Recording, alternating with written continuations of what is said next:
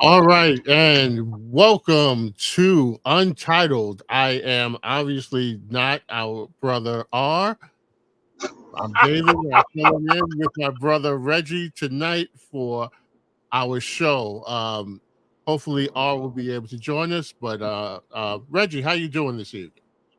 Uh, rough night bowling, rough bowling night, man. Rough bowling night. Oh, okay. All right. Ooh, Didn't do so well tonight. I sucked. You sucked. Okay. I should, Sucked. I should have let my son bowl for me. Oh wow. So you had an off night. I sucked. Yeah, yeah. What is suck for you? Because for me, like I'm barely cracking 100. So I sucked. okay. All right, all right. Well. Right now it's you and me. I know. I think our brother Dom is going to join us a little later. I think someone did it. If you want to call back, I can bring you in. But if not, let's just get right into it. Let's go. First on the docket is New York Yankees starting pitcher ace Gerrit Cole will miss 4 to 6 weeks with an elbow injury. Now, Reggie, you're a big Yankee fan. I'm a baseball fan, but you're a big Yankee fan. What are your thoughts about this? Hey, at least he's not Aaron Rodgers. I'm just saying. Well, I'm just saying. I know. I'm gonna throw that out there. yeah. I Well, mean, hey, listen. Injuries happen. I guess you rather it happen now than later on in the season, and he's lost for the season. So who yeah. knows? We'll see what happens. Yeah. Oh, yeah. Yeah. Well. Listen. I hate. Any kind of injuries, but like you said, it is. It's just baseball. This was what happened in sports. Last year my Mets started off the season without our star closer, and he was gone. Now, do you believe that it's only going to be the 4 to 6 weeks, or do you think it might be something more serious than they're just saying You four to know, six? my medical expertise doesn't carry me that far, so I can't judge that. Yeah, yeah. 'Cause You know, I'm only in the tennis elbow right now. I can't. right, right. I, That's as far as I go. I don't even get twisted ankles no more. How about that? Wow. I think I might get ping pong, table tennis elbow or something. All right, that's Yeah, right. That's right. yeah, yeah. You know, I don't try. I don't try it either. I slow down. Well, at least you're active though. I got to really get a hobby. But I used to be a little bit more active, but to play ball with Mac, may he rest in peace. Mac 611, yeah, shout out. But after that, I fell off. Let me see, 54. Shoot, about 47. okay. That's it. I called it quits. I hung up the sneakers, Yeah, yeah. hung them up. Nah, I But used to. is that going to be now? If it's going to be a detriment to the Yankees, I think it's you got to have that next man up mentality. So we'll see what happens. So do you think that they're gonna just rest on that, or you think they're gonna try to make a move?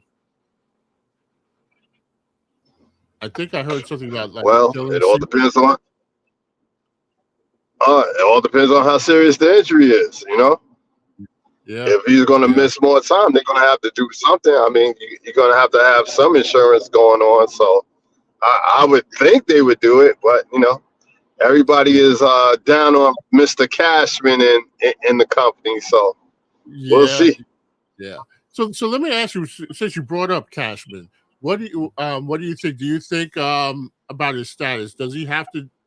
Do they have to win something this year, or do you think that he's still got a little bit of leash left on him? Okay, so let the last couple of years, right? Yeah, Are they a 100-win team? no. Uh, They're not a 100-win team. The Last last couple of years. last year they were, but year before, did they win 100? I, I'm just asking. I mean, Yeah, they were but in the playoffs. yeah, but that's the bare minimum for Yankee standards. I Okay, so now with the way things is going, we don't have George Steinbrenner anymore. Let's start there. Right. So now, George would have trimmed the fat. So Cashman probably would have been gone a long time ago. But so you don't have baseball people running that organization. So their business. Yeah. So I'll leave it at that. Okay. I'll leave it at that. You're going to rely on analytics instead of having a feel for it. I'm like, no, exactly. That's just me. Yeah. I mean, gone are the days where you had those baseball that really could understand the game and read what's going on, without using a computer or what some mathematician told them. So exactly. Yeah. So what are your thoughts about the season is a couple weeks away or so? What do you think the Yankees are gonna do? I mean, we haven't played any games yet, but what do you feel? The Yankees are going to do what the Yankees normally do. They're going to start slow, pick up, make the playoffs, and lose. Yeah. So who would you say would be the toughest teams in the American League East? American League East. Oh, let's see. Well, who won the division last year? Wasn't it Baltimore or something? Right. Say Baltimore. They shot up there last year. The Reds falling off. Tampa Bay's usually in the mix. So I given the way the team is made up right now, you think Yankees are a playoff team? Hey, listen, all that money they spent, they better be. They better be. Yeah. All that money they spending, they better be a playoff team, or somebody got some explaining to do. Somebody definitely got some explaining to do. All right. Mm-hmm. Any other thoughts about Cole or Yankees or baseball in general? Like I said, we don't know what the extent of the injury is. So listen, as long as it's not an Aaron Rodgers injury, they'll be all right. They'll be all right. Well, they'll be all right. Listen, that to me was just that's cursed. They used to say the Joe Namath curse. I've never seen a team snake bitten like that. That was just crazy. Oh boy, have you seen the Clippers? I'm just saying. Yeah. I mean, no. You know what? To be honest with you, I haven't seen the Clippers. I don't know. Exactly my point. See, Clippers, yeah. We here, Dave. We here. You're right. I was about to say, well, wait a minute. No, I haven't actually seen them. I saw Kawhi Leonard limping off the court the other night. When is he not? Yeah, I'm surprised when he is playing. Sometimes I forget that he's on the team. Wait, you were surprised he actually limped off the court. He had to be on the court. The limp off the court. Exactly. Between him and Anthony Davis out there in LA. Anthony Davis is actually surprising me. Go figure. Yeah. Well, we'll see. I don't think he's going to meet the 65 games, but he surprised me. Yeah. Well, better than Ben Simmons. Oh, was that a shot? No shot at our beloved host, Mr. Rodney Jones, creator of the show Untitled. Just a little New York reflection. Just a little bit. Just a little bit. If the Wild Bunch gets on here, I don't know if I'll be able to restrain people. I'm trying to create. Yeah, you moderated today. You can't stir the pot today. You can't stir the pot. I know this is an unfamiliar role for me. I'm usually in the back waiting. You're handling it very well, Dave. You're handling very well. Well, thank you. And so, speaking of handling, let's move right on to the next topic. If you want, we can go on to Dartmouth men's college basketball team unionizing. Have you heard about this? I touched on it, but I don't know the details of the whole situation. Yeah. So Unionized. Wow. yeah, Okay. This yeah. a first. Ronan is our brother. Ronan is in the background. I'm going to bring Ronan in. Okay. Good evening, Ronan. You're live on Untitled. Welcome to the show. And he's out. Okay. And he's out. No, device not connected. Oh, Bishop. Well, it says the Bishop is in the dealing with some technical things. Well, let's go keep it moving, and as Bishop gets this his situation settled. So Dartmouth College, the players, Ivy League school, decided that they should be deemed employees of the college, and by being employees of the college, they felt that they should be unionized. And Okay. I think a lot of this, started with the NIL and the push for the players to have a piece of the pie, because then NCAA, $1 billion. And let's see if I can bring our brother Ronan in. Ronan, you're live on Untitled. How you doing, brother? Can you hear us? Yeah, I can hear you. What bad, man? All right. Well, welcome to the Not Our Show, and I am your host. I am your host, Mr. David Seven. I'm joined here with our brother Reggie, and we're talking about. What's up, Ronnie? What's up, man? I'm also bringing in our brother Bishop. All right. The party is now officially started. So what's up, Bishop? How you doing? What's going on, fellas? Can you hear me? Yes, Brother Bishop. How you doing, Brother Bishop? I'm good. What's up, Bishop? All right, so we got Reg and Ronan with me tonight, and so we're talking about Dartmouth College men's basketball team unionized. And as I was just sharing with our brother Reggie that the players felt that they are employees of the school, and therefore they voted. I think 15 players. I think it might have been 13 to 2 vote to unionize. And what all that means for them and the NCAA is to be determined. But a lot of other schools are very interested in seeing how that goes, and maybe it's a possibility that they will try something as well. Now I don't know what that's going to look like, but any thoughts, my brothers? Sure. First, I just want to say I like you better than the other guy already. I just wanted to get that out there. I like you better than the other guy, or whatever his name is, whatever that guy's name is. He's unnamed. Yeah, he's throwing daggers already, Bishop. He who shall not be named. Yeah.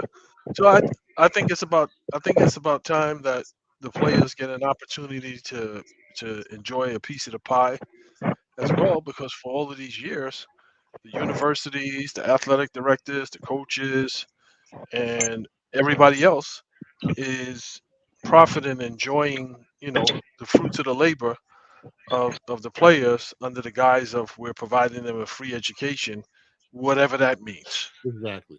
Whatever that means. And it's about time that they get a piece of that pie too. So it's going to be interesting, because I'd like to now see how the NCAA, with all of their infinite wisdom, the powers that be, how they navigate this, because once it's legislated in court, they just have to toe the line, you Right. know. Right. So that means the players will have more rights as well, so that if the NCAA has a particular gripe against a coach, then they penalize the kid Mm-hmm. to punish the coach, and that basically damages the kid's opportunity as well if they have professional aspirations. Right, So right. I'm liking it. I'm liking it. Yeah, yeah, yeah. Anybody else want to chime in on that? Didn't Northwestern try something like this? A football team a few years ago? Yes, I think you're right. That sounds very familiar. Yeah.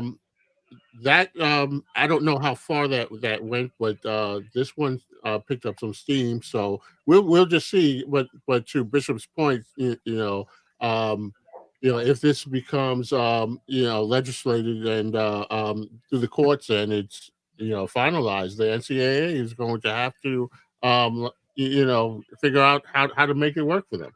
Um, I do know that speaking of college football, uh, EA Sports is releasing a college football video game. They haven't released one since 2013, and the players now they were able to opt in so that they could have their names and likenesses used in the game. So that's another opportunity for them to make some money. Do you guys remember um, several years ago the O'Bannon brothers at UCLA? Yeah, yeah, yeah, yeah. Yeah. And so that was a big thing because I used to play the college basketball game, and they had well, not all the teams, but they had most of the power teams, and the players on the team, you could tell who they were even though they didn't name them, Right. they looked like them. They had the numbers and so forth, so you knew who they were. And Ed O'Bannon and his brother, they went to the courts about that because they weren't seeing any piece of that, and that changed the game, literally and figuratively. And so that's why the game makers pulled the college versions of those games off the shelf. So now with NIL, um, they're bringing it back, and like I said, this is the first time since 2013 the EA Sports is going to have a game for college, and um, I think the majority of the players have already opted in, and some are still holding out, but they might do it. And then this is going to be released sometime, I think, this spring. And from what I understand, you can transition your player into the Madden game. So it's a lot, to be said about that. But I like it. I like the idea that these players are finally going to get something. I wonder if they're gonna go back retroactively and pay some of these players that came Yeah. before, because again, it's just like when the NCAA, when they say, okay, well, we're gonna take away a title from Hmm. from a specific college or university because Right. we found out that they had some violations or they did this or they did that, Yeah. and it's like Yeah. they never financially go back and say, okay, well, what was the money that your university generated Yeah. during these violations to penalize them for that part? They only Right. take away the wins or, or issue them a fine. It's like, yeah, it's very easy to open up the books to say, okay, well, Yeah. here's what we earned in Right. this particular Right. season. Here's what Right. we earned. Yeah, Like how very easy. yeah, quantifying it. Yeah. I think about the 2K NBA game, Hmm. and you know, they have Kenny Smith, they have Shaq the broadcast team, and Ernie. They don't have Charles Barkley, and Barkley has not allowed, even from playing time, his image to be used in the game. And the reason why I heard from Barkley is that he wanted some of the monies generated by these video games to help the former players who never got those big contracts, and some of them are down and out, and some of that money to be funneled into the retired players pensions. Right. And uh, the 2K and the other NBA Live at the time didn't want to. They didn't want to do that, and that's all from what I heard from Barkley. That's all he was saying. He said, you don't just pay me to use me in the game, but let's help these older players former players and use some of that money because they're $1 billion industry, and Yep. you can help them out. And until they decide to do that, Barkley said he'll never appear in those games. So I appreciate that stance that he's taken. He's one of the very few that have taken that stance, but he's probably the biggest name out of it. So I'm interested to see how this is going to work. What does a unionized college player look like? But I do remember. I see our brother Dom backstage. Um, what's up, Dom? Your mic is live here on Untitled. How you doing this evening? Good evening, Dave. Can you hear me? I hear you loud and clear. All right. Unclear. So Dom, you just joined us as we're talking about the Dartmouth men's basketball team unionizing. I don't know how much you heard about this or heard while you were offline, but we're pretty much just talking about college players' ability to make money off of their names and images and so forth, the way these universities do. I was just about to say that I remember when I was in college many years ago, and the Chris Webber was talking about being on campus at Michigan and seeing his jersey in the school store on sale, and he had $5 in his pocket, but the school was selling the jersey for X amount of dollars, and he wasn't seeing anything of it. So it's a great. I think it's a great move. There's a lot of things that have to be moved around, a lot of moving parts on this, but I'm really open to it. Dom, what do you have any thoughts about this? Hey, let's just be honest without going too far. College has gotten over for what, about 100 years? Yep. Can we call it even Stevens and move on? Yeah. They need all the money they can get. That's absolutely. Considering how the system was designed, where I couldn't give you $10 for a sandwich without you breaking some kind of rule. So Take the gloves off. Let's level the playing field and take the gloves off. Well, if you think about it, Dom, you brought up a good point there. Mm-hmm. Is if you think about it, what that does is that pretty much makes you an indentured servant, because I'm pretty much controlling your comings, your goings, and basically dictating. Even if you had an opportunity to get something better or to reap a benefit, I'm saying that you can't do that because you're in violation of the rules. Mm-hmm.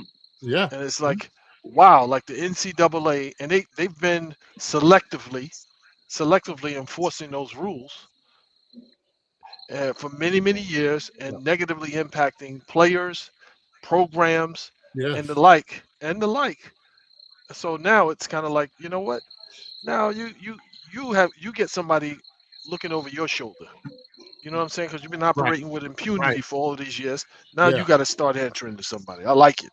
And you know what's weirder, guys? Not to cut in, Dave, but the women's college basketball system, if they're not teaching the WNBA a lesson, oh my gosh, somebody better hurry up and wake up. Because these girls are opting to stay into college. Yes. Because that money is more than the damn WNBA is paying. Yeah, absolutely.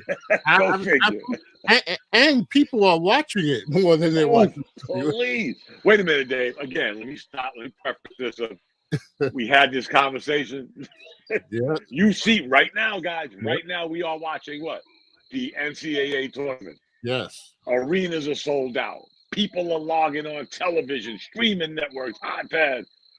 But the WNBA is still lagging behind. Crickets. What's the deal, guys?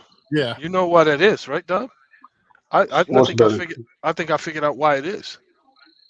Because a lot of the WNBA teams are owned by NBA team owners.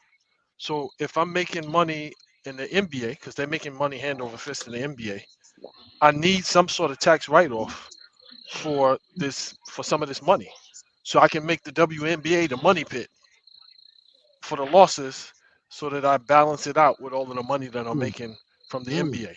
Because you can't tell me that if you're an owner and your franchise is worth your NBA franchise is worth $4 billion that you couldn't take, a few hundred million Yeah. and pour it into the WNBA to make that as a lucrative, increase the salaries, increase the marketing. So why can't the WNBA get smaller TV deals like the NBA? I'm not saying on the same level, but Right. until they get up to speed, why can't they do the same thing with the Because you WNBA? hear what they say all the time, Bishop. They go under the table. The NBA is not a direct affiliation of the WNBA. But But let's the put owners all are the that same. aside. The Let's owners put are the all that same. aside, guys. Right. Put all that aside, guys. Put the money aside, the owners aside. Can we be honest? Is the game more exciting in college? Forgive me for saying this, guys. I'm It just is. saying I'm a college basketball guy. It always has been. I mean, I know, Dave. Yes. Tom, you remember those Tennessee UConn games and Oh, please. and, I mean, those were classics. Yeah. Well, it's because of the marketing of those games. It's not because it's any different. Because if you watch a college basketball game, women's basketball game, and the WNBA game, the WNBA game is more like skill based Yeah. because you have a lot more skilled players. Yeah. But it's the way it's marketed because they market they get a hold of something and they market it so that it makes it appealing. Which says to me that if you really wanted the WNBA to jump off like that, there's times when I'm interested in watching the WNBA game, but they're showing it on a channel that I don't even. It's like, Right. what channel is this? Yeah. Yeah. It's like it's not on ESPN. It's not on a WNBA channel. It's not. There's no WNBA channel. It's not on No. the NBA channel. It's not on a local sports channel. It's on some iconic channel. I'm like, Yeah. what? Yeah. What channel is that? It's like But Bishop, with that money they're getting in college, guys, and these women are staying longer, trust me, the game is going to be just as competitive, just as good to watch. Again, guys, even without us saying that, Dave, me and you, Yeah. I bet me and you will watch a college women's game faster than a WNBA game. Absolutely. Absolutely. Well, it's the storyline that they create around it. I'm telling you, it's not. It's the marketing. more- It's the marketing, Bishop, Exactly. like you said. Exactly. Yeah. It's And not they like got they're everybody behind them. ESPN, Fox, Right. TBS. They got as many people. Check this out, guys. Here's the weird thing.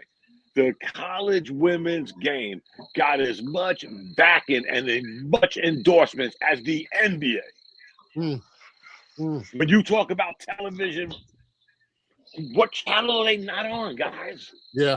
Well, let me ask you guys this when the WNBA first came out, and remember the Houston Comets were big, and they had a classic championship series against the Liberty, and at that time, do you think that it was because of the novelty of it that there was excitement? Yes. That's exactly what I think. Without it. And what happened, Dave? Even the novelty, you had a New York team. Yes. Yeah. So you had a novelty, and you had a major area like New York City. Yep. And people was interested in. And Dom, they played in the Garden. Now they play. Yes. How long did it last, though, fellas? How long did that last? Not long. Again, we had these conversations. I went over it one time before. They've been in the red for probably 20 of the 25, 27 years they've been in existence. Have they really been in the red? Yeah, that's what they say, Bishop, not me. I'm saying technically, when you say you're in the red, it could be a function of just cooking the books, so to speak. Well, I don't know that. I can only go in, by what they're saying. I mean, like I said, if you look at what the NBA is doing with the record TV deals and all of this stuff, and they're making so much money now that players can afford to pay players like $50 million a season. That's how much money. That's how much money they're making. So again, if you had the WNBA salaries at the old NBA level salaries, that means that you making money in both leagues. And if you're making money in both leagues, somebody gonna have to pay some taxes somewhere. So, but if you use one as a money pit to balance out the other one, then because it's like, again, How are you telling me these are professional athletes, and you can't charter a plane to get them from point A to point B? They got to fly commercial. Yeah, Like that just doesn't make any sense to me. Again, we can't answer those questions. All I can say is, again, Bishop, you bring up a good point. Who's marketing them? What major network is marketing? Hey, Bishop and Dave will be going head to head on Tuesday, March 16th. Have you heard of this? I mean, we'll hear about because it's coming up soon. I think in May, June, the opening of the WNBA. Yeah, and it will fizzle out. Oh, and again, guys, if this college money is not teaching, I don't care who's in charge of the NBA, who's cooking books. If this shit that's going on in college is not waking the WNBA up, shame on you. Why don't you just fold the tent and try this in another few years? Right, because it dispels the argument that people don't want to watch women's basketball. Yeah, because that goes out the window. Exactly. So, anybody else got any more thoughts before we move on? All right, I'm going to switch gears to the NBA. So, this is where Dom and I take a back seat, and we're going to say the ex-New York Giants running back Saquon Barkley signs a 3-year deal with NFC East division rivals Philadelphia Eagles. Gentlemen, your thoughts. The floor is yours. We are Penn State. We talked about that last week. I mean, we talked about this during the Texas, guys. I mean, you know what? I'm not that kind of guy that's going to say, shame on the Giants, shame on Saquon. No, he took the best deal, and it's funny, Dave. Here we go we had this conversation. I just asked y'all last week. You think Saquon's going to get $11 million a year? He did. He did. Yeah, but if you think about it, it's a business. So I gotta make the best business decision for me, because as you, the Giants, and I'm a Giants fan, as you so poignantly put it, we're not willing to pay the running back this amount of money. We're not willing, and it's like, okay, so the last 2 to 3 seasons when I was the offense, and you opened up the checkbook to pay Daniel Jones, but then when it came time to pay me, you said we'll give you $5 and a Subway sandwich, a Subway footlong. And it's like, you disrespected him. So it's his way of saying, okay, well, not screw me, screw you, and I'll go to a division rival. I'll go to the division rival. Right. So you'll have to see me. Not only will you have to see me, you went right down the turnpike. Not only will you have to see me, but you'll have to endure what I bring to the table. Because I'm sure every time that the Giants play the Eagles, it's going to be a special game for him. Oh yeah, It depends on what side of Jersey you're on. But should we look at Saquon a little differently? Like, let's play devil's advocate for what Bishop said with the running back. We only pay running. This guy's more than a running back. Exactly. I mean, he's getting more receptions than some of your receivers. I mean, exactly. Like, what's the offense for the last season? Here's the funny thing, and I'll shut up. You paid him $11 million when you franchise tagged him. You couldn't give him $2 million over the next 2 years. Right. Really? Really? Just say you didn't want him. Gentleman curse. Gentleman. So now I don't know if you guys talked about this in the chat, but somebody said Tiki Barber had some comments, basically saying that you're dead to me or something like that. Like, what is this guy talking about? Yeah, he ain't got no room to talk. I don't want to get in there. He's just trying to get his 5 minutes of shame. I mean, fame. Yeah. It's like, because it's like Tiki, like, really, it's like, at least he didn't go to the Cowboys. Because he could have. He could have. He never badmouthed the organization. Never. Not once. Like Tiki Barber did. Right. Tiki Barber didn't leave his 8-month pregnant wife for some other woman. Whoa, Dom, back up for a second. Go ahead, I'm for a sorry. second, because no, what you made the point, but the the deeper story to that was him and his wife were separating. He was doing whatever he was doing, and they had IVF. They had eggs, fertilized eggs. So she Okay. went and backdoored him and got implanted with the eggs, so that to screw him over. That was that the his side of backdrop. the story? No, that was what happened.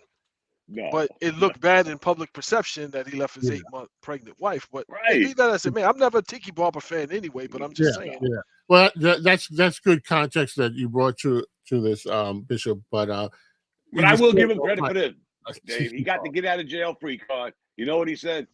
Bishop, don't be mad at me. I work for the media now. Boy, is that the end all be all? Yep, Really? Yep. It's any excuse. Any excuse. Yeah. Any excuse. It's like, I get to say things that are out of order because I work for the media. Right. It's like the media. It's like the media now when they griped about this load management.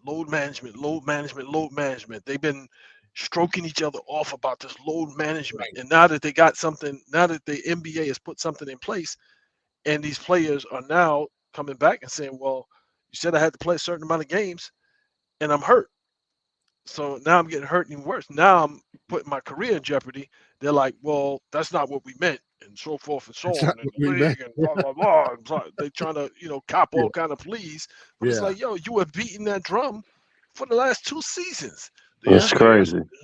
They have to do something about this. And I'm not going to vote for a guy who doesn't play X amount of games and so forth and so on. It's like, so if a guy is hurt, he should go out there because he needs to play, right, to satisfy your requirements for your vote. That was Commissioner Bobblehead, guys. Yep. Come to the pressure. Yep. Yeah. Again, we had this conversation. They put his back up against the wall. And remember, he don't work for the players. Right. So he took Dave's back and said, hey, 65 games or bust. Yeah. I mean, was he wrong about that? I mean, you're still able to miss 17 games. So, and we got to admit, guys, some people were milking this shit. Yeah. Let's keep it a buck. But those are not the players those are not the players that are changing the landscape of the NBA. Those players that are milking it are not the players that are changing the landscape of the NBA. So this idea that, so for argument's sake, when Kawhi Leonard is sitting out, Kawhi Leonard legitimately had an injury. I think he has like hip and back issues that date back to San Antonio. Degenerative. Huh? It might be degenerative. Right. So it's like, okay, this guy's just not sitting out just for the sake of sitting out, because when he plays, he's playing. Yeah. Yeah. Come on. We can go back further than this, Bishop. We can go back again to the greatest show on earth, Greg Popovich. He can run the country. Yes. He's the one that started this. Remember? He was sending players back to San Antonio when they were on the road. Yep. No injury report. No, Dave can't play. He got a cold. They're on a plane going back from New York to Texas, and nobody said a damn thing. You all remember that, don't you? Yep. He started this nonsense. Yep. Yeah. I mean, I understand the players protecting themselves, and there is a balance that. My thing is, because the way the NBA is set up, if you're East West, if you're in the East, you're only going to see the Western teams one time, and some of the bigger names, it kind of sucks, because the teams, Knicks for example, the Knicks will charge different prices based on who's coming in, and so if you get the LeBron-less Lakers, when 5 months ago tickets went on sale, you bought tickets for that day thinking that you were going to see LeBron and the Lakers. You didn't buy tickets to see what's the name? Rui Hachimura. Yeah, exactly. Now things happen. Yeah, but I think about last year. Last year it was just the timing sucks. I had tickets to see Knicks Lakers, and that was right after LeBron got suspended for that stupid fight in Detroit.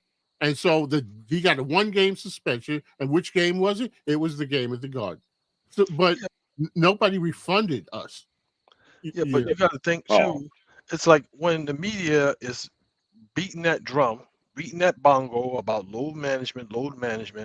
All of a sudden, the media became the advocate for the NBA fan. What about the fans? What about the fans? Yeah. This? Well, What that about was the fans that?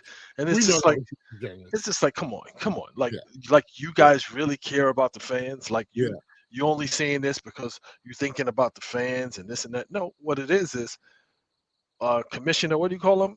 Bobblehead. Bobblehead. Yeah. Is allowing the media to seep in and gain more control over what happens in the league because they're reporting on it, and to me, it's ridiculous. You're right, Bishop. And let me just say this, because the fans, we can speak for ourselves. The problem is that the league doesn't listen to us. They take our money. Right. Well, don't buy the tickets. Don't buy the tickets, and guess what? That's loud and clear. That's loud and clear. Yeah, and don't buy. But they ain't going against their cash cow. The networks are their cash cow. The networks who's complaining about the guys sitting are part of the players' cash cow. Nobody said nothing when it was 70-30 and it was 60-40 revenue split. Nobody said a damn thing then. Yeah. But when the revenue went 50-50, now all of a sudden, where's Dave? Why ain't Dave playing? I don't care if he got a fractured neck. Right. Get his ass on the court. We're losing ratings, which they did. Are they really losing the cash cow? Are they really losing ratings? Are they really? Again, Bishop, you can only go by what you read. But even let's say the ratings were 50-50. But again, they're your cash cow. Just like the NFL. The NFL's cash cow is CBS, ABC, NBC, Super Bowl, ESPN. The networks are their cash cow. So if your cash cow is getting pissed off, nobody cares what Dave's paying for a ticket. Yeah. But hell no. Dom, you gotta also take into consideration the way the season schedules are. It's like you have a captive audience, so basketball fans are gonna watch basketball because there's nothing else to compete with it. By the time basketball season really gets in stride, the football season is over, and baseball season may be coming up. But it's like, okay, well, the basketball season is already taken off in the third quarter, in the bottom of the third.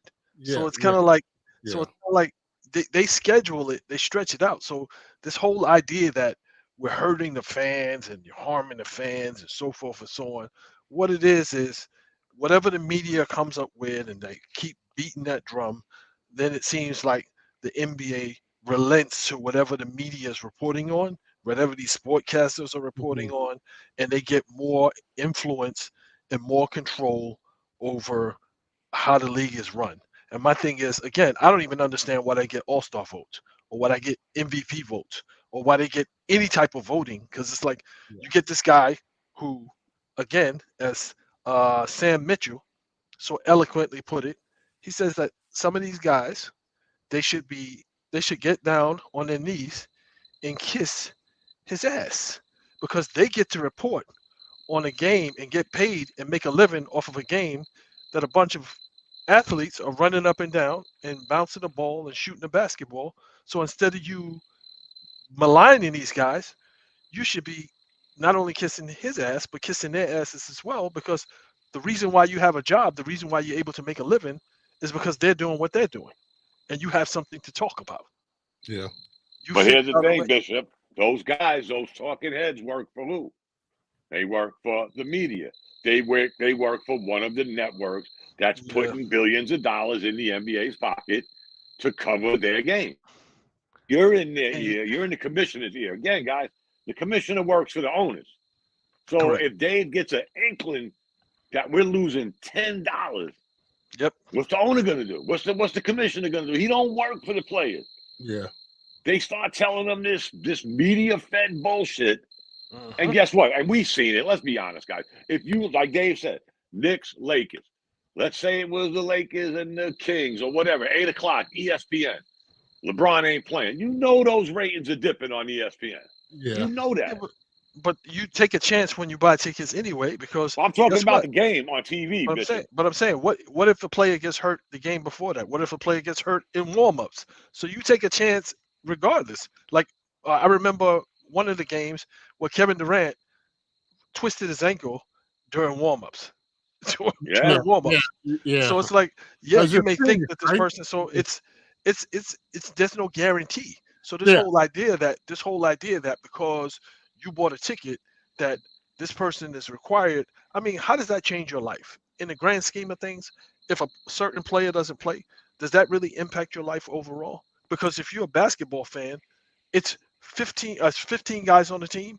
Now one guy may be responsible for X amount of points because that's how they structure the offense. No, But Bishop, I agree with you. There are no guarantees. Clearly, a guy can get hurt at any time. But I think that when you're using load management, you are using making a conscious decision on which games to sit somebody out.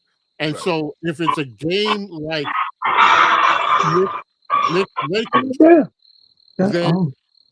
then and why would you choose that game? That when you know that fans are coming. So with you saying that, Dave, okay, load management. If you on the road, there's no way in the world you should have load management. Okay, you got like as far as the fans is concerned, we paying tickets to saw this star coming to our city to see him play. Yeah. Okay, if you're doing load management, there's nothing wrong with you, but you want to sit out because you're in a certain city. No, you can't. That's not fair to the fans that's paying that money to come see. Suppose you were in Detroit. Suppose you're a Detroit basketball fan.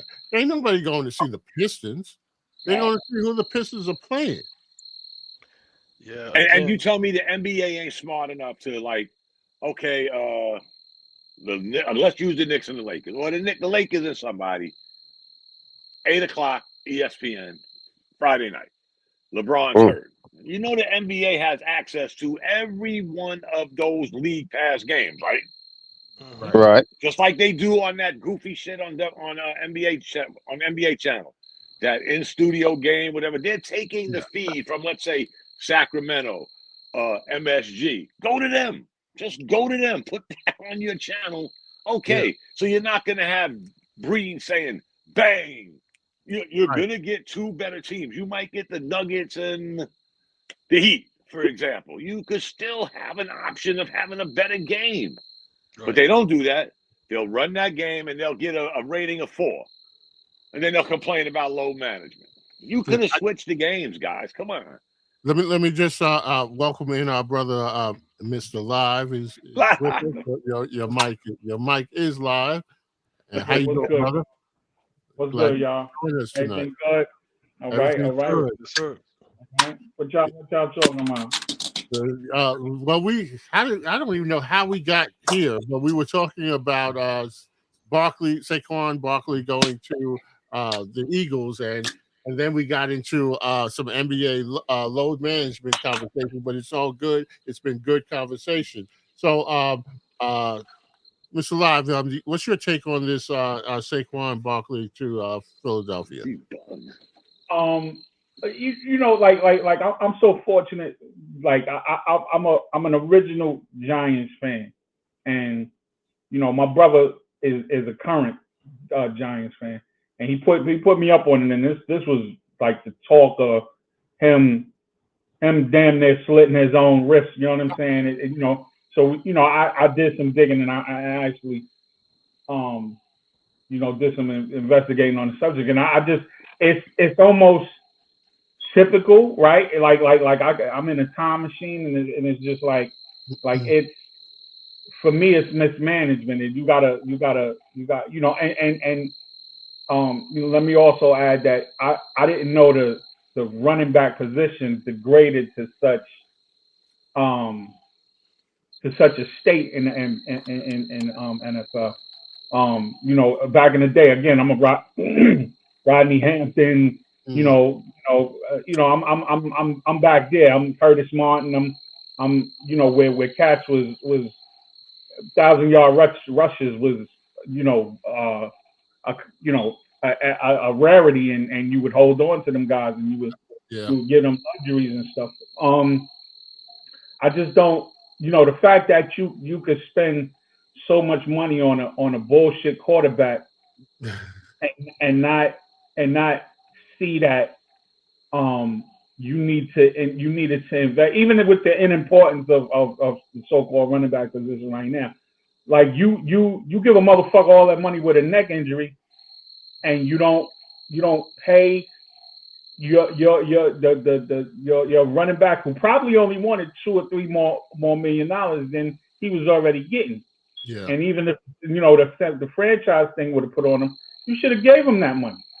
You know what I'm saying? Give him some guaranteed money, and you would have had a good running back in your prime, and you would have still had enough money to get because now you're already let that man go to the Eagles and shit, and then you talking about drafting a fucking quarterback? That just don't make no sense. Well, you made a very good point when you brought up the fact that you paid a subpar quarterback all of that money, guaranteed, and you left. Saquon has been the offense for the last 2-3 seasons. Right. Like I remember watching these Giants games, and they're like, well, if a team can stop the running game, then that's it. The Giants are done. And I don't watch football, and I knew he was their only option. Give me my phone, man. Yeah, that's crazy.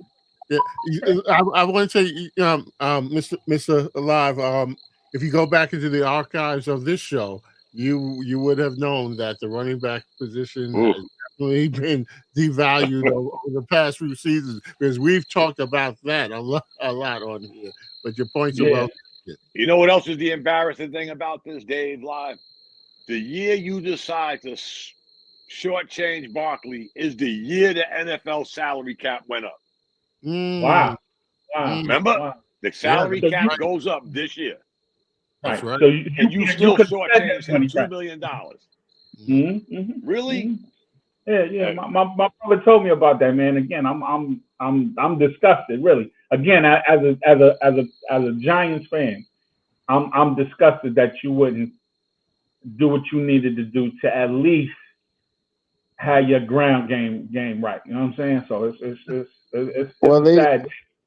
Well, to piggyback off that, they never did anything to shore up the offensive line to get him to put him in a position to win.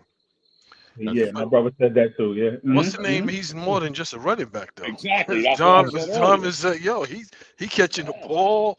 He running routes. He doing a whole bunch of stuff. He got hands. Yeah, he got some hands. Right. He's a bigger Dave Meggett, right? Again, guys, I hate to say this. I hate to say I told you so. But remember when I told y'all, let him go to a better team, and he's going to be the mirror image of Christian McCaffrey. He's going to a team now with some good receivers, a good quarterback, and now you can use this guy to run, set him out in the flat, throw him a screen. Oh, Lord. Watch how his and McCaffrey's numbers come out this year.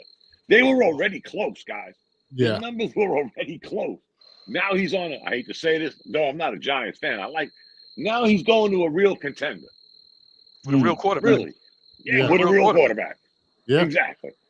And a couple of wide receivers. So, he might do the 1,000 guys like McCaffrey did a few years ago. 1,000 rushing, 1,000 receiving. The 1,000 receiving too. Yeah. So let's take this a little further and go into our next takeaways from NFL free agency moves. Anybody want to start us off with that? A lot of action this past week. A lot of subpar, overpaid quarterbacks. It's the market, though. It's what y'all told me when I first met y'all about this market. I do remember that. Remember that episode. All of this shit.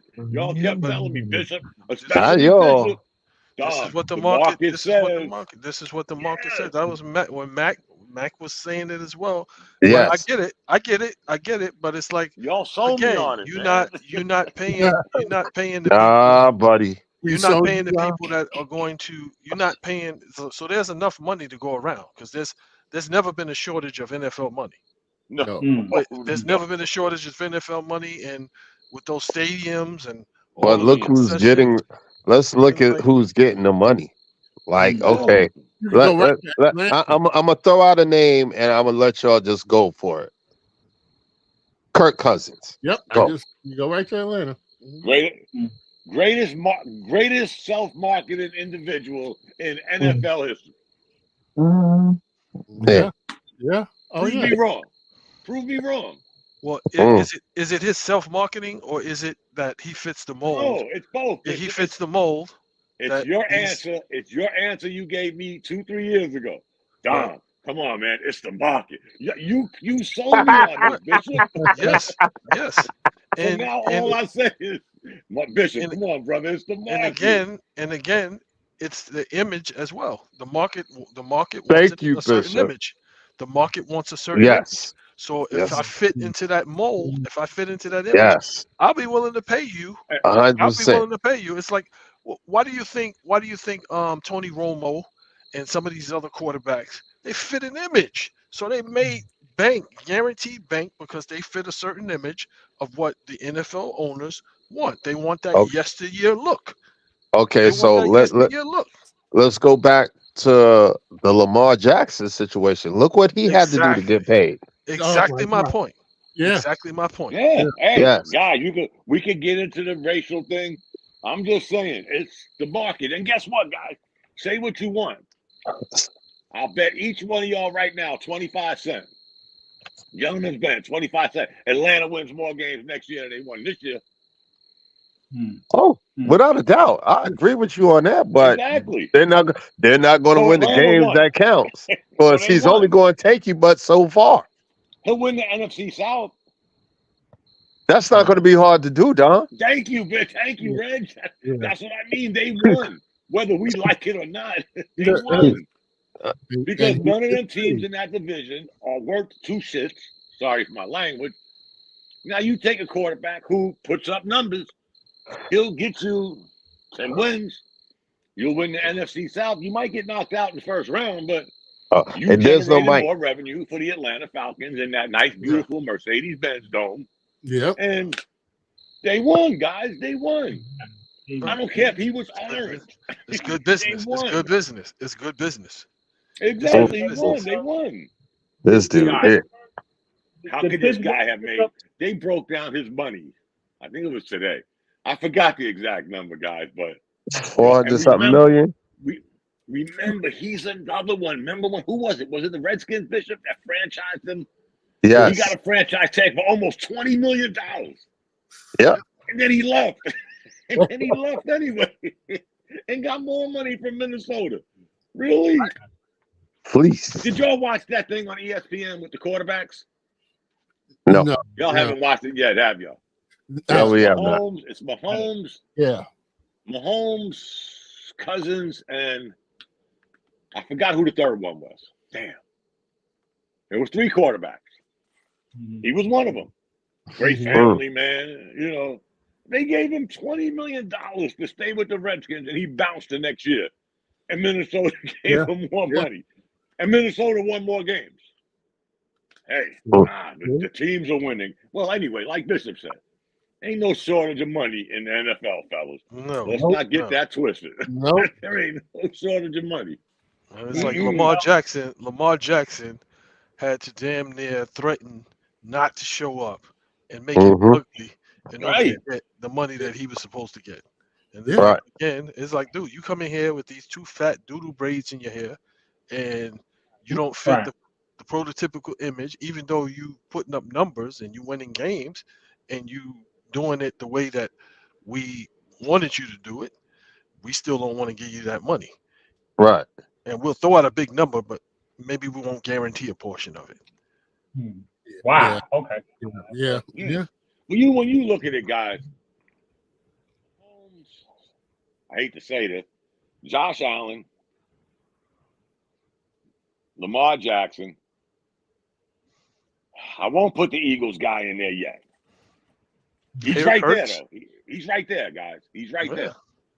Who's your real stellar quarterbacks in the NFL nowadays? I mean, you look what Detroit Purdy. did. Look what Purdy. Detroit did with that quarterback. A hold-up. Nobody wanted this guy. The 49ers traded him. Yeah. And he takes his team to one game away from the Super Bowl. On the Detroit Lions, guys. Yeah. Remember him? Jared Goff? Yep. Really? Like I said, give me 6 stellar quarterbacks in the NFL right now. I'll wait. You got the guys I told you, and then you got the rest of them.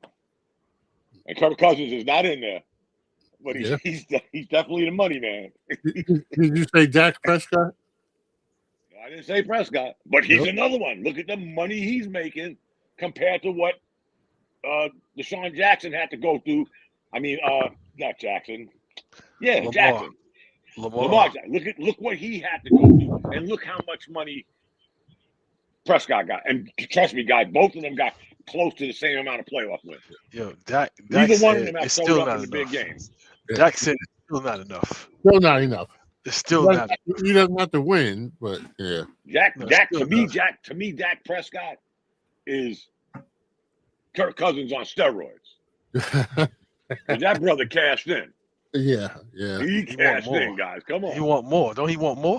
He want Yeah. more. Yeah, he wants more. He want more. Yeah. Because you got it. That's big pimping right there. That's Yeah. big pimping right there. I'll tell you what, guys. I don't know if he's at the end of that Jerry Jones, I'm tired of paying money rope. Because you hear what Jerry Jones is saying, right? He's giving you them hints. Yo, Bishop, we might be looking at you next year, man. I'm saying how many seasons did he go beyond Tony Romo's any productive years? He rode Tony Romo until that collarbone. They were holding it together with gorilla glue and any other kind of. It's like he rode Tony Romo, and it's like you ain't ever winning with Tony Romo. You're not ever. And you winning haven't won with Prescott. They both Can I say something? Romo and Prescott got the same amount of playoff wins. That's sad. Yeah. Tell you, Bishop. Can I say something about this? I heard Jerry Jones was looking for you. Ronan want to say something, y'all. Ronan want to say something. Team, First of all, some of the money that these guys are doing, it's the market. When you look at the NFL, it's quarterback, left tackle, pass rusher, linebackers, defensive pass rushers, and cornerbacks and wide receivers. They don't get most of the money. Now, I'm not equivalent about what Lamar makes or this guy makes or stuff like that. For Lamar, I'm being completely honest. I'm being completely objective. When Lamar's getting paid, if you take out his rushing stats, his passing numbers aren't even close to some of these other guys who are getting paid. And yeah, Cousins is Cousins. This dude has never thrown over 4,000 yards. He's never even, I think, this is his highest amount he threw for this year. 37, 38, whatever it was. When you play 17 games, it's a passing league. So that now, I don't know, are they surrounding him with enough talent at the wide receiver position? Probably not. Beckham didn't plan out, stuff like that. Some of these other dudes, if you look at Kirk Cousins, what he got paid, he left Washington. Even though Washington offered him more money, he wasn't staying there because that whole environment was just toxic. It was dysfunctional. Dan Snyder, the whole thing. Why would he stay there? He can go to Minnesota. It's a stable environment. You ain't got to deal with the silliness with Dan Snyder and stuff like that. Some of these other dudes with the market, with Jerry Jones, he has no choice. They don't have a backup plan. He's going to have to pay Dak Prescott. Now, do I think he's worth $60 million? No. Do I think he's worth $50 million? I don't think none of these dudes are worth that money outside of Patrick Mahomes. I don't think any of these quarterbacks are worth. No quarterback should get paid more than Patrick Mahomes. He's the best quarterback in the sport by far, not even close. Josh Allen, if you're talking about whatever shortcomings in the playoffs, Lamar, Josh Allen, Dak, some of these other dudes, Herbert, he only been in the playoffs once. These dudes should get paid like that. It's the market in the NFL. Yeah, they got all the money in the world. No quarterback should be controlling 40% of your salary cap. You can't fill enough play. And this is not like the NFL. It's not like the old days where you had 12 rounds. You got 7 rounds.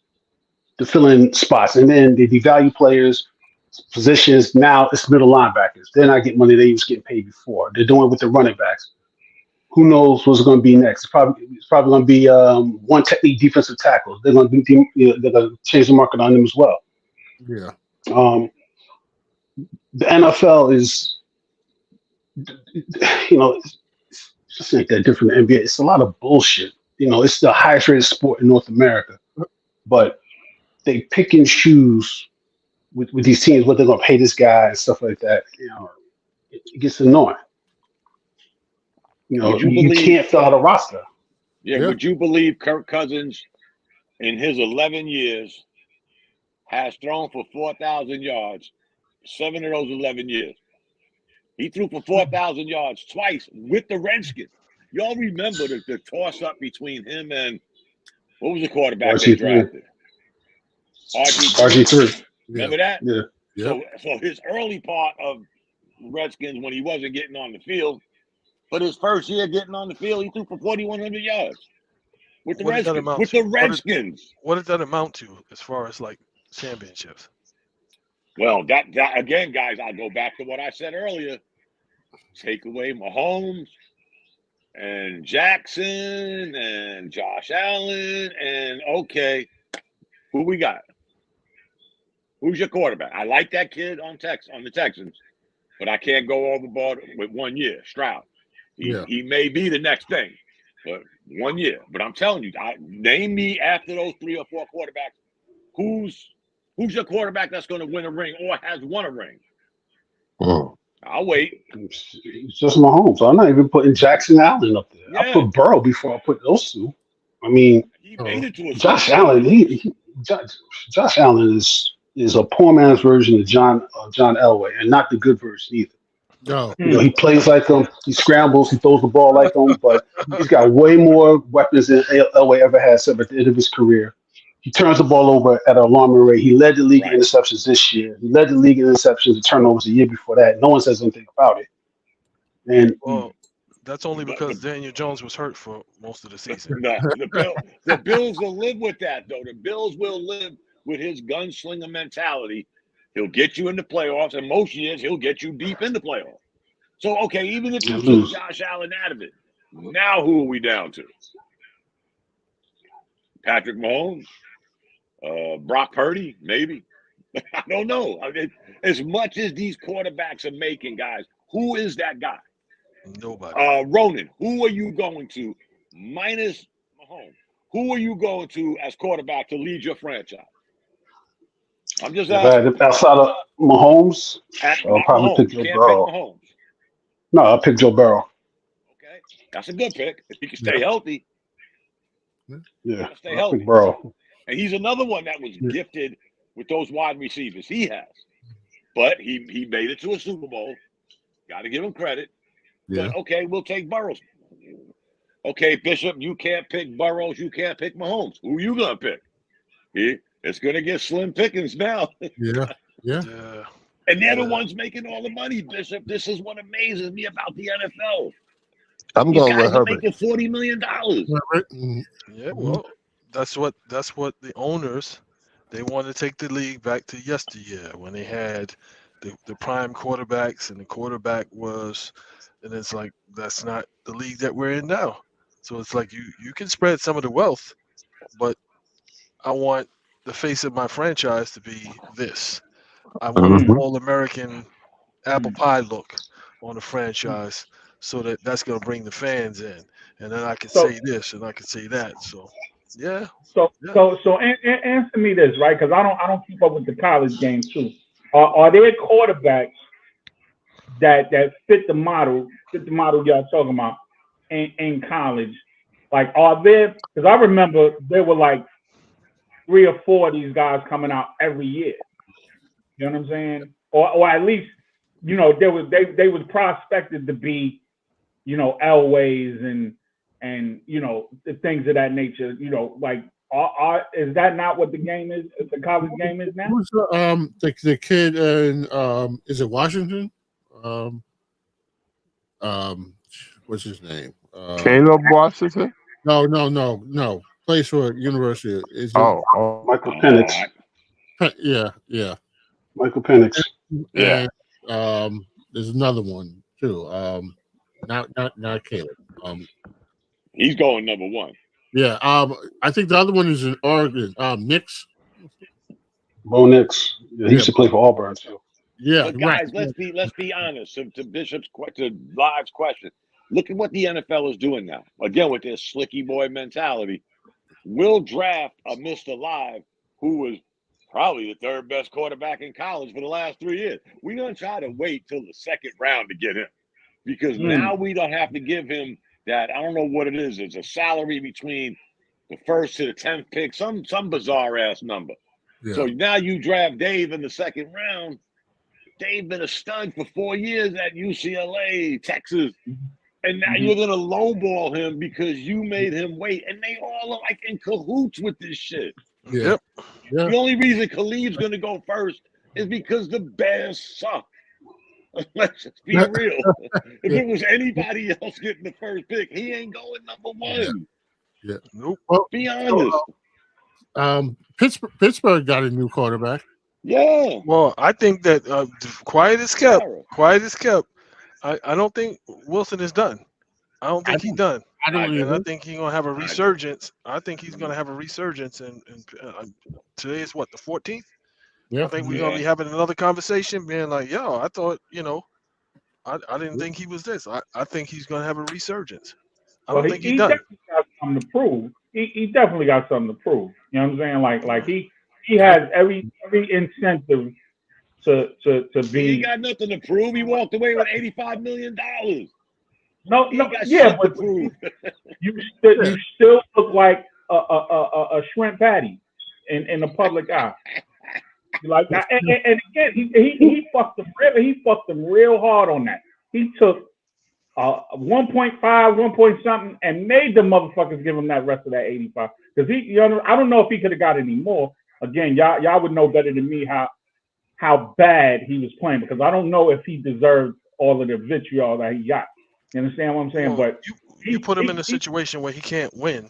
You put him in a situation where he can't win, and I think that was the objective all along. That was the put him in a coach. situation, that he couldn't win, and then go to him and say, "Hey, we need to renegotiate. We need to renegotiate your contract." And to him, he like, "Well, renegotiate. Y'all gonna give me more money? Y'all giving me more money, or you talking about giving me less money?" Because they were gonna cut him anyway. Right. But remember, guys, when he went to Denver is when they renegotiated his contract. The wheels were coming off him in Seattle. Denver took it upon themselves before they got Peyton, though. Remember, before they hired Sean Payton, they gave him this big-ass contract. Right. Then they hired Sean Payton. But again, guys, 2 to 3 years before he came to Denver, the wheels were... I mean, come on, guys. He's like 35, 36 years old to begin with. He was shell-shocked from the Rams, yo. Yeah. I mean, I'm not wishing nothing bad on him. I just think his better days are far behind him. Yeah. All of our better days are behind us. Exactly. I ain't getting $85 million either, Bishop. I mean, shit. Okay, I'm just going to ask this one question, Dom, and we can carry on. I'm going to ask you this. Is he better than Daniel Jones? Absolutely. I'm better than Daniel Jones. Let me tell you something. Stop, Reggie, because y'all know how I am about Penn State. That's my alum. Y'all threw my boy under the bus. You can't say nothing else. I ain't doing the Tiki Barber shit. But you can't say nothing else to me. Because you know what, guys? Again, I told you so. Or remember what we had a comment? Man, I hope the Giants don't draft Saquon Barkley when he was coming out of college. Man, they ain't got no quarterback, no offensive line. Oh, 100%. Yeah, who do they 100%. Ain't this Saquon Barkley. Now he gets some freedom. Yeah. He goes to. Remember, he went to high school. I'm not mad at it. He went to high school in Allentown, the Lehigh Valley, which is right down the road from Philly. Yeah. If I'm not mistaken, he was a Philly fan. Right. Yeah, so he gets his way. I mean, I'm happy for the kid. Come on. At this point, the Panthers quarterback is better than Daniel Jones. The little guy. Wow. And he sucks, Bishop. We've seen him every week. That brother sucks. That was a flop. Come on. Yeah. No shade, Bryce, but that kid is no Cam Newton. Yeah. He ain't Campbell Soup, let alone Cam Newton. All right. So, Bishop, you have something you want to add to it? No. Okay, I'm gonna move us along. We're gonna shift gears a little bit, and we're gonna go into the world of the NBA. And OG Anunoby makes his return to the New York Knicks. All right, The best move they ever made. One step closer. The best move they ever made. In recent years. My bad. Yeah. Well, I mean, he fits in exactly with. He's a smart player that plays defense. That Yes. can hit a shot on a consistent basis, and doesn't need the ball to be effective. Right. Yeah. Everything that RJ isn't. Who? Right. Everything that RJ isn't. Who's that? The Maple Mamba, you know. The Maple Mamba. Exactly. He's nobody. You know what, guys? Not because he's a Knick. For some strange reason, when he was probably 40 pounds lighter, when he played for Toronto, the year Toronto won the championship. Yeah. Maybe it was just me, guys, but I thought he was a better all-around player than Siakam. Okay. Siakam got the light, he got the name, he got the money, and in 6 weeks they gave up both of them. But I always thought OG was a better. And this was before he was a Knick, so I'm not dick riding. Oops. Pause. Hey, yo, what? I always thought he was better than What Siakam, is going on? guys. He said Nick riding. That's what Nick riding. That's what he said. Yeah. Thank you, David. Yeah. I always thought he was better than Siakam, but he ain't. It didn't sound like Nick to me. It's like he fits right in, man. Siakam was always better offensively. That's the problem. Yeah, of course. Yeah. Siakam, he had a little bit more spice to his game, and OG, he's gonna stay within the scheme of the offense. He's gonna stay strictly within the scheme of the offense. So I'll get you which is 15. I'll get you 15 to 18 points, but I only need to take 6 or 7 shots to get you that 15 to 18 because I'm gonna hit free throws. I'm gonna cut to the basket. I'm not gonna dribble the air out of the ball. I'm just gonna I'm gonna get hustle baskets. I'm gonna get steals. I'm gonna get live ball steals so that I can score for that. So I'm gonna get my points other ways than just getting the ball and pounding the air out of it. Right. Yeah. I would say that 2 straight years now, at the trading deadline, Knicks made significant moves to better themselves. Josh Hart and now Anunoby with the other players as well. But those are 2 solid moves, and so I think that we went a long time to check the archives. We talked about Knicks management and ineptitude, and so I have to give them their kudos these past 2 years. Now, do you know who we haven't talked about? Dolan. There it is, Dom. Dom on point. And again, we had that conversation while we all sat here and we killed Dolan. And not me. How many? Look at the idiots. I could knock Dolan for the idiots he hired. Isaiah Thomas. He hired yes men. Yeah, he hired idiots though. I don't care if they were saying yes, no, maybe so. They were clowns. Now Isaiah Thomas, I can't take away. He knows talent. He knew talent. He just didn't know what to do once he got it all together. Phil Jackson, he was along for the ride. He got everybody out of that. I hate Dolan. I hate the Knicks. Let's boycott the Garden. He got the Knicks out of that. Didn't do shit in 5 years, but hey, now we turn that page, guys. And, think about this, guys. In 5 years, we've got rid of Jackson. We got Thibodeau, Rose, World Wide West, some good players, some good contracts. And all of that is behind us now. We made the playoffs 2 out of the last 3 years. This is going to be 3 out of 4. We got some good pieces moving forward. The Knicks, speaking of the trade Dave's talking about, since the Knicks acquired Josh Hart, they have the 4th best record in the NBA.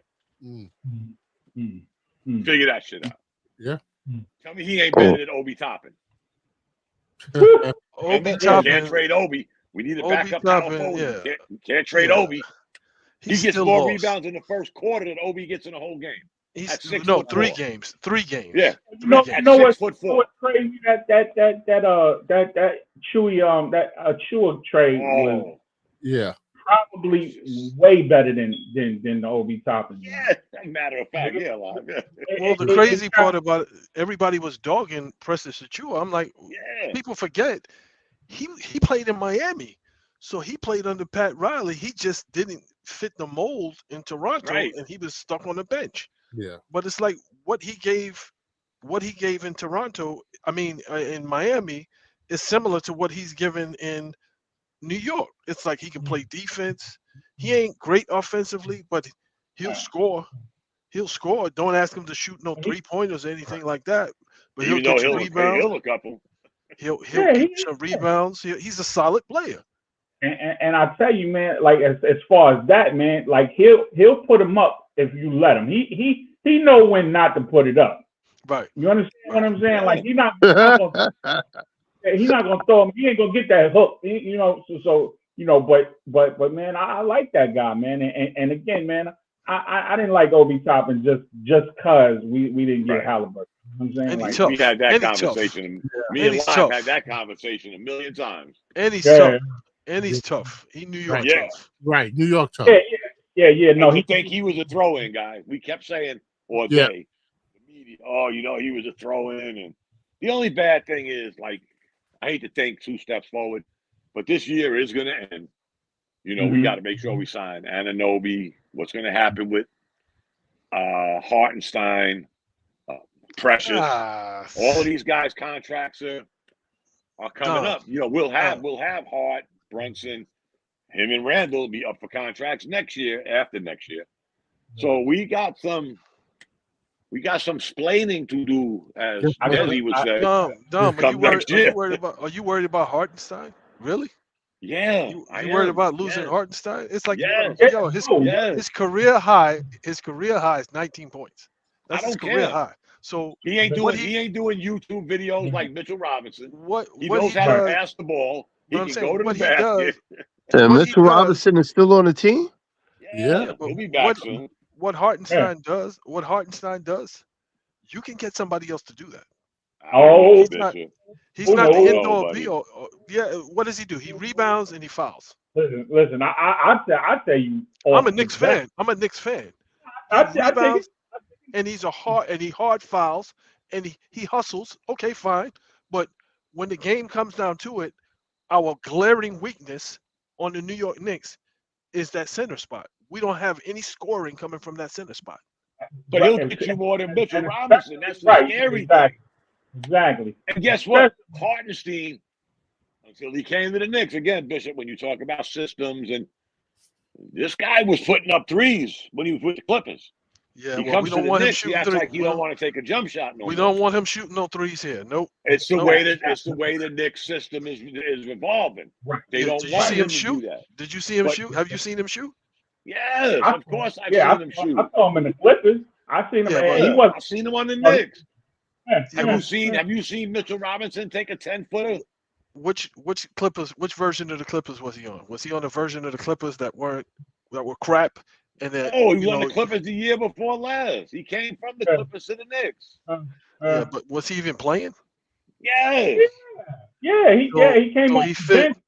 Right, so he fit. He was doing basically the same thing, coming in, getting rebounds. Except he was shooting more, Bishop. He Hustle was actually plays. shooting from outside more. Right. He was shooting from the outside more. We don't need him to do that. We got enough Right, we three-point know. shooters. He does what he does really well. I'll tell you what. Mitchell Robinson comes back. We're going to have a quagmire. What do? Do we try to sugarcoat it and say, hey, Mitch, we're going to work you back into the lineup slowly because we come off an injury? Because I don't think he should be starting over Hartenstein. They're absolutely not. And I'm gonna tell you what else we're gonna have. We're gonna have less movement in that starting five. With Mitchell Robinson. Yeah, with Mitchell Robinson. Oh, hell yeah. Mitchell Robinson can make an assist pass to save his life. You understand what I'm saying? Hartenstein is actually standing at that above that free throw line and guiding people through. The ball movement you see now is a direct. You know what I'm saying? Because you didn't see it before him. No. You didn't see it before him. You didn't see it before Robinson got hurt. That ball movement is a direct direct result of Hartenstein guiding people through. Well, no, I think that the ball movement is because they can't really press on. Like when it was just Randall there, then they would focus and press on him. But now you got more options, so it frees things up because it's like, okay, well, we can't really let Brunson go. We can't really let DiVincenzo go. So you got more people sticking to them, which makes him look like he's doing something magnificent. But if you look at the production, if you look, so the thing that bugs me is like there were bigs out here that we could have pressed the button for and tried to get. So Chicago isn't going anywhere. That the big man for Chicago, Vujicic or whatever, it's like, yo, the dude is 7 foot tall. He can hit a 10-footer, 15-footer, 3-pointer. Too much money though. His money was too long. Roll to the basket, pick and roll, play out of the post. That's what we need. We don't. But his money was too long, and he wouldn't have fit in, Bishop, because now what do you do with Randall, DiVincenzo, Brunson? But he can shoot. He can shoot. That's what I'm saying. But where's he going to get his shots from? Let me explain this to you, Bishop, real quick. When the Knicks, and I tried to explain this to Knicks fans on the show they invited me on. There was a time, and thank God we worked it out. There was a time between Brunson, Randall, and R.J. Barrett. 3 guys. Mm-hmm. Them 3 guys was averaging, on average, guys, per game, 61 shots. Between 3 dudes. That means they're taking too many shots. They're taking too many shots. You don't get but so many shots in a game. Maybe 80, 84 shots per team. You're something getting 60-something shots between 3 dudes. So, again, now I'm not knocking what you're saying. If you could get a Vukovic, though his contract was too heavy. But where are these shots coming from? The thing with Hartenstein is we can only go by what we have, not by what we can get. If he didn't bring a new dynamic to that center position on the Knicks with what we had, not a pipe dream, not a guy we might have got, could have got, should have got, maybe get. We're talking about as constructed. He brings so much more to that center position than Mitchell Robinson. And here's the catch, guys. Mitch can't be mad. You got your $15 million a year. Be happy. You're lucky you got that. I think he should have been on a trade before R.J. Barrett, to be honest. But here he is. So I go further. I go further. You package him, Bogdanovich, right, and whoever you go get, you make a sideways bet to get another 3 off the bench. You understand what I'm saying? And sign Hartenstein. I wouldn't break the bank for him. What he brings, you don't have to. You're not going to break the bank for him. No, I'm just saying people. But I'm just saying people were saying, how are we going to keep him? Easy. Easy. No, it's like he's not. Huh? Right now with his increase, because they got his bird right. So with his increase, he can get probably a little over 16, maybe 17 mil. Okay. Pay him that. Which is fine. I'm okay with that. Yeah. But I'm saying, like, when people were like, "Oh, they got to pay him this because he's doing this," it's like, nah. Now, you got to look at other teams in the NBA. I don't think nobody in the NBA is going to give him 20. No. I don't. Just like even if they needed him bad, they're not going to give him 20. Live. What did we say 2 years ago? Live. Ain't no way in hell the Knicks going to give Mitchell Robinson $15 million. Remember we had that conversation? Yeah. And they gave him $15 million. The guy hasn't made a turnaround jumper, a finger roll in 16 years. He made it. He did it on TikTok. He did it on TikTok. He did it on YouTube. Yeah. That's what he did. He did it on YouTube. You understand? And I'll tell you what, Live. Don't give up on Bogdanovich yet. Don't give up on him. Good. He's good. Yeah. He's good. I'm not mad at him. I'm just saying, like, you want, like we stargazing. We looking for that cat to come through. We looking for another franchise player. We looking for Spider. We looking for Towns, and I don't think that's the way to go. I think we need to make lateral moves to fill in our weak spot because we already have what we need. We got, you know what I'm saying. If Randall stays healthy, if Brunson stays healthy, man, look, DiVincenzo is there already, right? On the low. Right. doing starters minutes, he's gonna get us 20, right? If everybody is freed up, he's gonna make his shots easy, right? You understand what I'm saying? You got Hart, who you already paying 20, right? And he's the spark. He's the spark, and all of them guys will play less minutes in a perfect world when everybody is healthy. All we need is that fortification on the bench, and we ain't got to pay them guys no whole bunch of money. We can make it. We just gotta be real about who we need, who's better at that 5. So I think also, listen, we haven't even seen these guys play together. Right. Randall's been out for so. Robinson will be coming back. I'd like to see what they look come playoff time. I'd like to see what they look like, and then I think we can make an assessment for next year. Where the gaps are and how we can plug that in. But I'd really like to see, and the way this roster is, put them together healthy. I think we can do damage. Well, are the Knicks trying to show that you can actually do this another way without this big three, this stargazing shit? You put the right pieces in the right places, because you know what, live to you. DiVincenzo and Josh Hart, both of them are making under $20 million. Yeah. So are they creating something new? Yeah. And both of them are descending contracts. Yeah. Or they get lower as the years go by. They getting less money as the years go by. So you have more.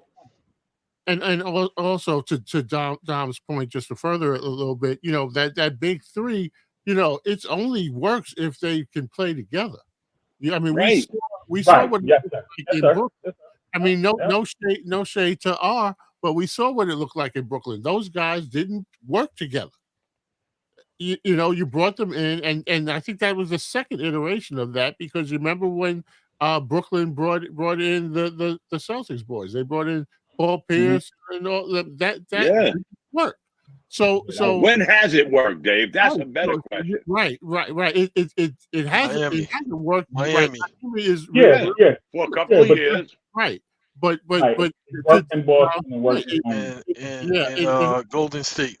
It has I mean, they built.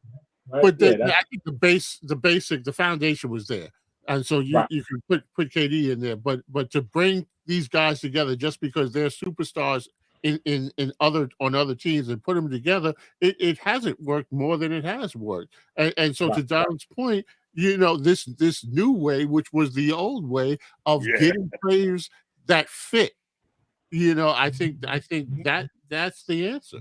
Can y'all imagine, guys, with what we've gone through since probably mid-January, with all the injuries, all the in and outs, all the rotating of players? If you would have told any one of us on this line, if any one of us would have told any one of us that the Knicks would still be 11 games over 500 after all of this, we'd have slapped each other. We'd like, get out of here. But look what happened. See, this is what happens when you have the right pieces in the right hole, because you need those plug-and-play guys. Yeah, everybody would love to have a star, but why don't we just say, we do have 2 stars. We have Brunson. We have Randall, 2 All-Stars. Randall, 2-time All-NBA. You got an ascending star in Anunoby. What do you want? What are we considering a star? A Donovan Mitchell? A Karl Anthony Towns? Where have they gotten, guys? Have any one of them got out of any more rounds in the Knicks? Have any one of them got to the second round of the playoffs? Towns, pause. Any one of them, Bishop? Tell me when Donovan Mitchell got to the second round. He hasn't. He hasn't. And every time the Knicks played them, they all done up.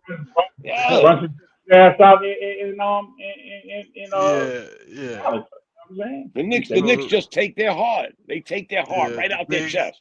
The bigs are not bigs anymore. Mobley is not. It's like, Mobley looks different. He looks different. I will say this, guys. The Cavaliers gave up their best big to get Donovan Mitchell. Right. They gave up Marcusson. He was better than both them bigs they got right now. Yes. They should have traded them other 2 bigs to get, but And they overpaid Garland. They gave Garland too much too soon. Yeah. Too much too soon. He's And they're gonna not have that. to pay. He And was they're better gonna than have to pay Sexton. Mobley. Yeah. They're gonna have Not to pay that. Mobley. What Yeah, are you gonna Mobley do? is Trying disappointing. to let him. Mobley is disappointing. Yes, They Mobley is gonna. disappointing. I think they overshared him. He's I very think disappointing. they gave him to the cat on the Nets is better than him. Claxton. Yeah, Yeah. he's regressed. It's like, yo, everybody was comparing him to like Chris Bosh type, this and that. This Who? dude, it's like, yo, this dude is like, he's regressed. It's like, Oh, if he not, I Chris Bosh and that dude, not it's at like, all. yo, if he's not, yeah, they were complaining. They need to get him more involved and this and that. Yo, when Donovan Mitchell was hurt and out, and Yeah. he's getting more touches, I'm like, yo, dude, like, what's happening here? Like, dude's just like just manhandling you. You get a couple of good moves, but it's not consistent. It's not consistent, and Right. it's like, yo, there's times in the games where he just looks lost, and I'm like what's happening? Like, To me, Garland, like half the team is that same way. Like Richard Pryor, he don't look like he looked at when he was on the net. Mobley, he's trash. Garland, that dude is a disappearing act. When I watched him play the other day, I was like, wow, he's not really. He's good. well, he was coming back from an injury. He was coming back from an injury, though. Oh, is he? Okay, see, I didn't know that.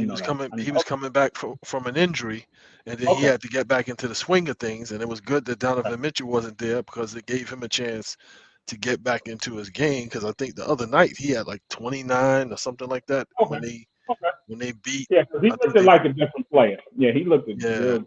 Right. Yeah.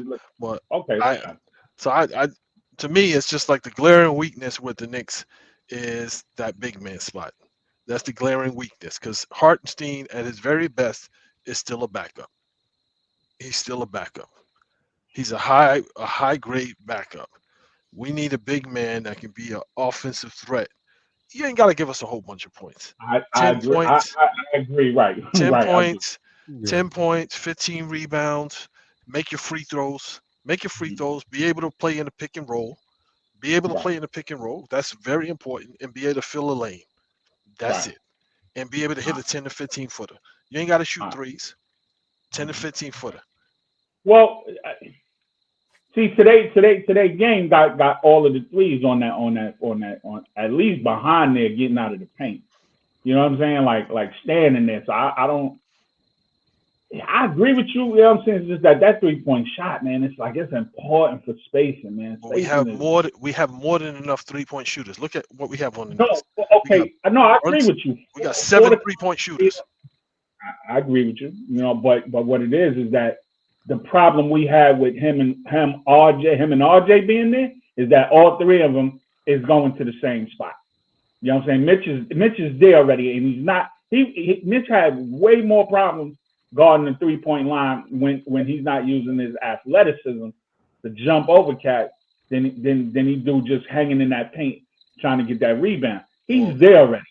So now you got RJ coming, ringing around in the paint. You got Randall ringing in the paint, and now here come Brunson. You know, all-star ass. He in the paint too. You got 4 people who have no type of perimeter game whatsoever going to the same spot. That's how Miami took us out. We was done. We was finished because we couldn't hit a shot from the perimeter, and you couldn't leave. You know what I'm saying? Nobody could leave the paint because they was living there. No, so, Miami took us out. Miami took us out because Randall still has not wrapped his mind around the fact that when you get double teamed, you got to pass the ball. I agree. You got to pass the ball. It's like every year in the playoffs, it's just like, yo, dude, they're gonna double team you. You've seen this before. Pass the ball. You don't have to wait until they get on you. You don't have to wrestle with Jimmy Butler and pass the ball. You see it coming, pass the ball. Somebody's open, pass the ball. And he would not. And when he did pass it, it's a jump up in the air, throwing a 90-mile-an-hour left hand curveball. And I'm like 10 feet away from you. I'm about to say from 10 feet away. And you expecting somebody to catch that, not only catch it, and make a move with 3 seconds left on the clock because Yeah. you dribbled, and then you held it for another 7 seconds. Yeah. Now, whoever gets the ball, you got 3 seconds to make a move. Yeah, but they That's how knew Atlanta it. beat us. That's how Atlanta beat us as well. Yeah. Right. When he went to that wherever he was going, there was 2 people there already. Right. Right. We don't got that. We don't Misc have was- that no more, guys. Now Right. we got Not at what all. we was missing.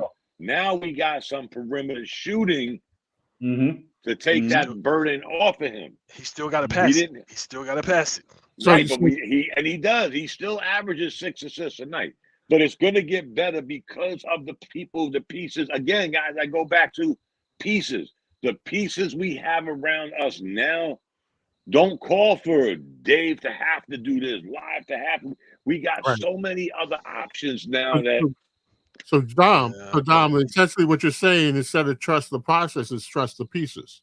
Yeah, exactly. Yeah, but has Randall ever shown the aptitude that he's going to be that guy that plays? Yes, of team course ball. he has.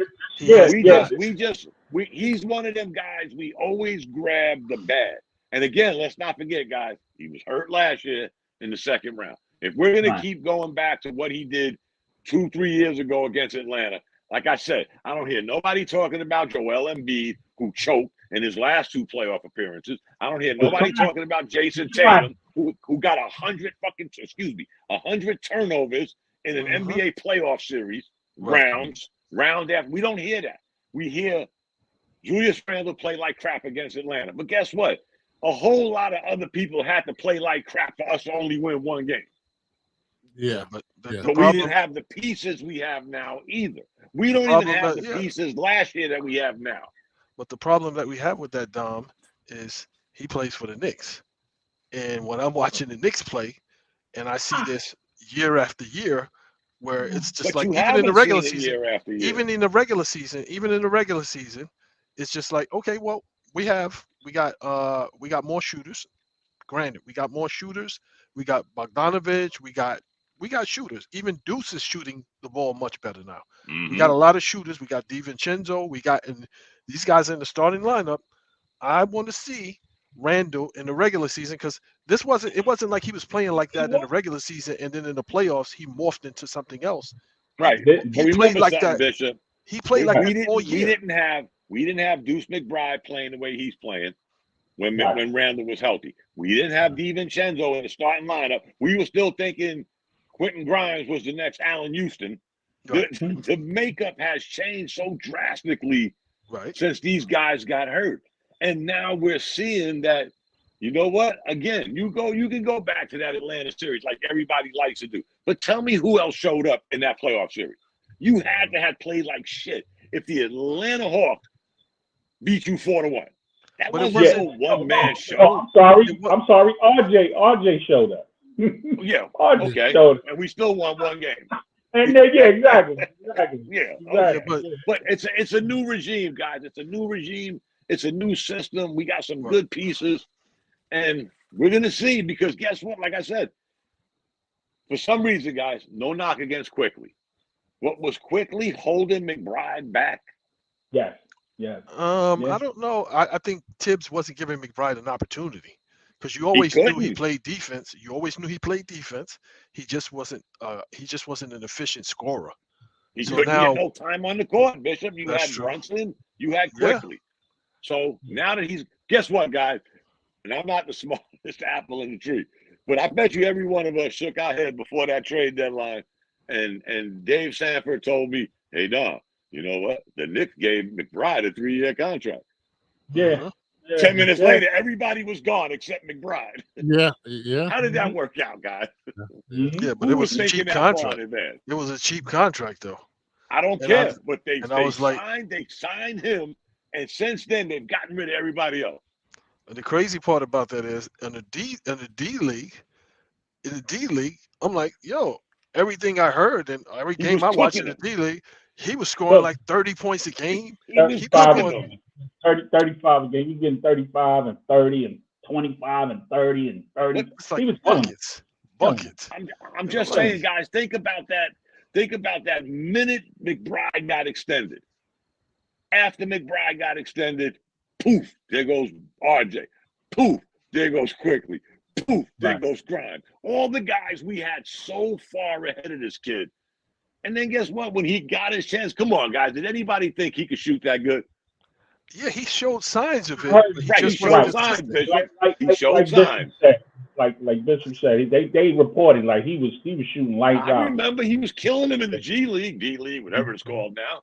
But when he stepped up on an NBA court this year, after all those dudes were gone, you were like, oh shit. First thing I thought was, damn, was Quickly holding this guy back? We knew we weren't going to re-sign Quickly. I blame Thibodeau more than that though. I blame more, but like the Thibodeau is his trust factor is zero. Like he don't trust nobody. You know what I'm saying? Like that, like so I blame Thibodeau more than Quickly's ascension. You know what I'm saying? Like the Thibs just got his favorites, man. But nevertheless, man, that's not to say that Deuce ain't deserve and work for his shot right now. Yeah. You know what I'm saying? So when he got his opportunity, guys, he did his thing. He did his thing. Well, he always played tenacious defense. Yes. You watch those games. You watch those games. I'm like, yo, the bigs are so frustrated because they can't screen them. They can't screen them. Like on the top of the key when they're trying to set that screen, it's really hard to set a screen on him, and that takes effort. And he's picking guys up 94 feet. Your poor man's Avery Bradley. Poor man's Avery Bradley. That's who I look at him, and they have similar styles. He's not as aggressive as Avery Bradley, but I wish he would watch Drew Holiday. Yeah, because he could definitely be like a Drew Holiday type of player, where it's like tenacious defense, like from the time he stepped on the court, and then also give you buckets when you need it. Like get to those spots and get you buckets when you need it. You ain't got to score 30, but you can score 15 in crunch time. So but the Don's point, we got that. Like he's there now. He's only gonna get better, guys. Yeah, he's only gonna get better. He got his opportunity, and damn it, he's running with it. Like I'm very confident in that cat, man. It's just, and again, even with that. I'm looking at Knicks management and I'm like, I hope y'all finish Stargate, right? I hope y'all out there scouting cats, man, at a reasonable price. That at the same shit that Bishop was just talking about. You need somebody who's gonna make a shot, make a free throw. You know what I'm saying? Draw attention, play good defense, like solid players, man. That's who we need. We don't need these $30 million a year dudes. Like we don't. We got to our first six is as good as any on paper, as good as anybody. Even if you put Mitch in at that 5, man. You know what I'm saying? Our first 7 with Josh and then Hartenstein coming off, man, like as good as anybody in the league, man. I believe. I believe that. I'm willing as a Knicks fan, a diehard Knicks fan. I'm willing to part ways with Robinson. We've been willing to do that. I'm willing to part ways with Robinson, and if that means we got to find a replacement for Hartenstein as well, coming off the bench. If we could get somebody in here that a 7-footer that can hit those shots, because what that means is you can't double team Brunson. You gotta honor everybody. Right. You gotta honor everybody in that starting lineup, and then. You could have that big play with the second unit as well and feature them. You understand what I'm saying? So it's like it gives you so much options. And a lot of the good teams now, what people don't realize too, if you look at some of the really good teams, you're like, how does this team win in all these games? Look at their bench scoring. Yeah. Like the Thunder and some of these teams, the Timberwolves, their bench benches are scoring 45 to 50 points a game. That's crazy. So you got your starters and you got your bench coming in and scoring 40 points or more a game. Right. And you winning games because you got constant offense on a court at all times. Right. That's personnel. That's good. It's personnel. Well, brothers, I'm going to have to call it a show tonight because All right. unlike the Knicks, I have to get up in the morning and go to a regular show. The Knicks are playing right now. Yeah, they're that's about to start now. So, brothers, I want to thank you for joining me. I want to thank all for the opportunity to allow me to take over for him tonight. And you guys were great. He who shall not be named. Shout out to my longtime buddy Rodney Jones. Shout out to Ronan, Bishop, Dom, Reggie, and Mr. Live for joining me tonight. And hopefully we'll have our beloved host back next week because I'm missing the unhinged segment of the show. But I gotta go. You guys have a great night, and talk to you in the morning. Yep. Peace out, everybody. Thanks for watching, and have a good night. Peace. Peace.